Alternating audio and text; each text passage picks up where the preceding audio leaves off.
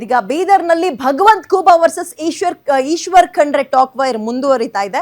ಪಾಪನಾಶ ಶಿವಲಿಂಗ ದೇವಸ್ಥಾನ ಅಭಿವೃದ್ಧಿ ವಿಚಾರಕ್ಕೆ ವಾಕ್ ಸಮರ ಮುಂದುವರಿತಾ ಇದ್ದು ಭಗವಂತ್ ಖೂಬಾ ವಿರುದ್ಧ ಇದೀಗ ಕಾಂಗ್ರೆಸ್ ಕಾರ್ಯಕರ್ತ ನಾಲ್ಗೆ ಹರಿಬಿಟ್ಟಿದ್ದಾರೆ. ಅಂದ್ರೆ ಮಾಜಿ ಸಂಸದರ ವಿರುದ್ಧ ಕೈ ಕಾರ್ಯಕರ್ತ ತುಕಾರಾಮ್ ಹನುಮಂತರಾಯ ಅಂತ ಅವರ ವಿಡಿಯೋ ವೈರಲ್ ಆಗ್ತಾ ಇದೆ. ಭಗವಂತ್ ಖೂಬಾ ಅವರಿಗೆ ಅವಾಚ್ಯ ಪದಗಳನ್ನ ಬಳಸಿ ನಿಂದಿಸಿ ಫೇಸ್ಬುಕ್ ನಲ್ಲಿ ವಿಡಿಯೋ ಹರಿಬಿಡಲಾಗಿದೆ. ಖಂಡ್ರೆ ವಿರುದ್ಧ ಮಾತನಾಡಿದ್ರೆ ನಾಲ್ಗೆ ಕತ್ತರಿಸ್ತೀನಿ ಎನ್ನುವ ವಾರ್ನಿಂಗ್ ಇದೆ.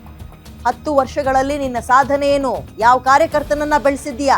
ಮೋದಿ ಹೆಸರು ಮೇಲೆ ಗೆದ್ಕೊಂಡು ಬರ್ತಾ ಇದೆಯಾ ಚುನಾವಣೆಯನ್ನ? ತಾಕತ್ತಿದ್ರೆ ಒಂದು ಗ್ರಾಮ ಪಂಚಾಯತಿ ಎಲೆಕ್ಷನ್ ಫೇಸ್ ಮಾಡು ನೋಡೋಣ ಅಂತ ಸವಾಲ್ ಹಾಕಿದ್ದಾರೆ ಕಾಂಗ್ರೆಸ್ ಕಾರ್ಯಕರ್ತ.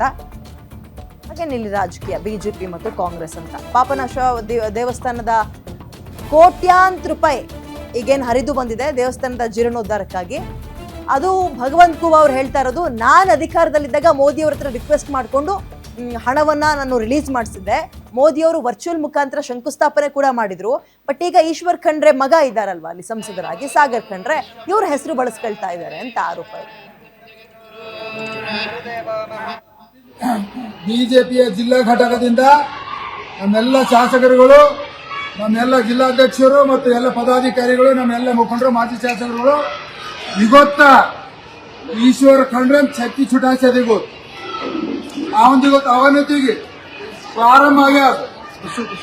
ಈಶ್ವರ್ ಖಂಡ್ರೆ ನಾವು ಕೇವಲ ಏನ್ ಕೇಳಿದ್ದೇವೆ ಅಂದ್ರೆ ಪಾಪನಾಶ ದೇವಸ್ಥಾನದ ದರ್ಶನ ತಗೋತೇವೆ, ಅಭಿಷೇಕ ಮಾಡ್ತೇವೆ ಅಂದ್ರ ನೀ ಪೊಲೀಸರಿಗೆ ಮುಂದೆ ಮಾಡಿ, ಜಿಲ್ಲಾಡಳಿತಕ್ಕೆ ಮುಂದೆ ಮಾಡಿ ಇವತ್ತು ನಮಗ ದರ್ಶನ ಮಾಡಿಕೊಟ್ಟಿಲ್ಲ. ಇವತ್ತಿನಿಂದ